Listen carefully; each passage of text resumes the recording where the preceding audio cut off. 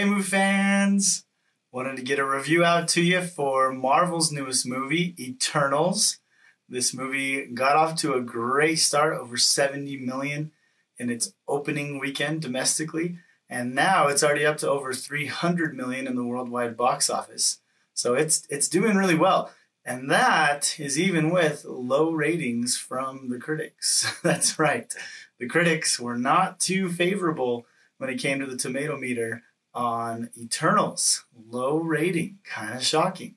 However, the audience score is much higher, which is where I sit. That's where I'm at. I liked Eternals. I thought it was great.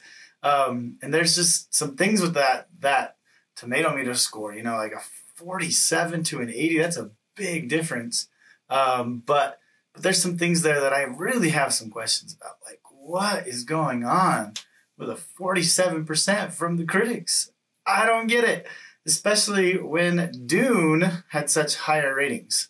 In some ways, these movies I feel like were kind of comparable, kind of slower moving, kind of a lot of characters, a lot of names, kind of sci-fi. Okay, definitely, maybe not kind of sci-fi, definitely sci-fi. There's some comparisons there that are pretty easy to make, but in my mind, Eternals was a much better movie, like a way better movie. And so I'm really surprised by that. I think for me, what I'm gathering as I read through some of their reviews is they were expecting this to keep going with the MCU, you know, where it was, and not really looking at this as, you know, this is a new phase 1 type movie for a whole new set. I mean, we had the Infinity Saga, and now here we are in, I don't know if it's been dubbed a title yet, but I'm going to call it the Multiverse Saga for now. And this is just laying the groundwork, getting everything started, and here we are as like a phase 1 type movie with Eternals. But I thought it was fantastic to have that many characters. 10, right? 10 of them.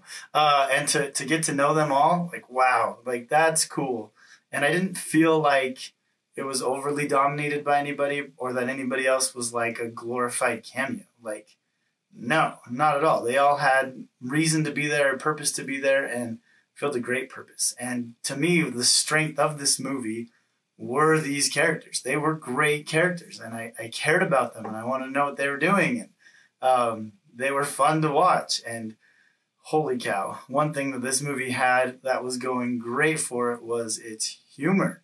I found it to be really funny and really, really enjoyed it. It makes such a big difference to have that laughter, to have that humor in the flow of the story, of course, still, but to break things up as you have the action and you're learning about all these new characters and what they're doing here to help us out on Earth. What's your superpower? You know that your babysitting privileges are completely revoked. But I thought it was really cool. In some ways, it kind of gave me an X-Men vibe. But, you know, the team effort aspect of it, that kind of makes sense. But there were some other things, too, that kind of felt like it veered X-Men-like for me. Kind of like I don't want to say it. I don't want to use spoilers. Just kidding. Well, maybe we'll talk about that later. But anyways, I did see it twice and loved it the first time.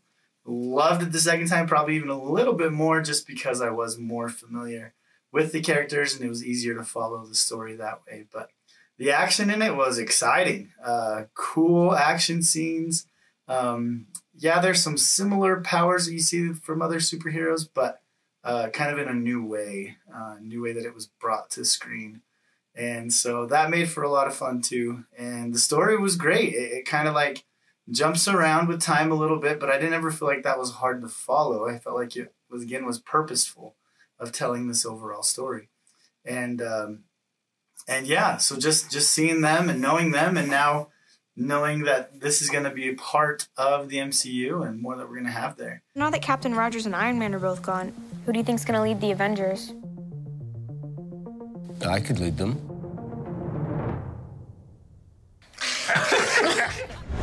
It is PG-13. The action, there's a couple little jump parts in it that might be deemed scary, but not anything ever gory when it comes to like the violence in it. There is what's dubbed a sex scene. I didn't think it was as bad as the first Iron Man in that level of what it showed, but also it was still kind of like, do we need that? Like what? So kind of a sad thing in my opinion that didn't need to be done in the way that it was done, but teaching and telling and conveying to us a love story was an essential part of the storyline. So I can see, I guess, where the director felt like it was needed. I just would have done it a little differently, personally. But yeah, that's Eternals. I did like it. I thought it was great. And I'm curious to see where it'll end up in the end with its box office score, as it's done pretty well. But yeah, what did I leave out? Let me know. Thanks for checking this out, guys. Hope you have a good one. Stay safe. Don't text and drive.